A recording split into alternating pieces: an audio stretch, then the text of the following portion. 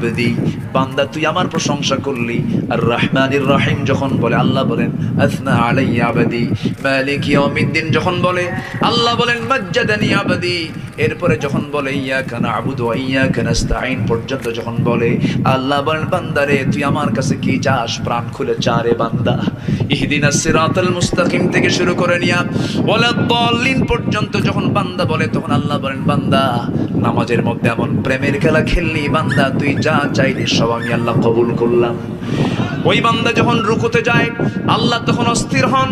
ওই বান্দা যখন সিজদায় যাওয়ার জন্য প্রস্তুতি নাই, সমস্ত ফেরেশতাকে ডাক দিয়ে বলেন ও ফেরেশতারা, এই বান্দাগুলো আমাকে দেখলো না, রাসূলকে দেখলো না, কোরআনকে দেখে হাদিসকে বিশ্বাস করে আমাকে খুশি করার জন্য তার সবচেয়ে সম্মানজনক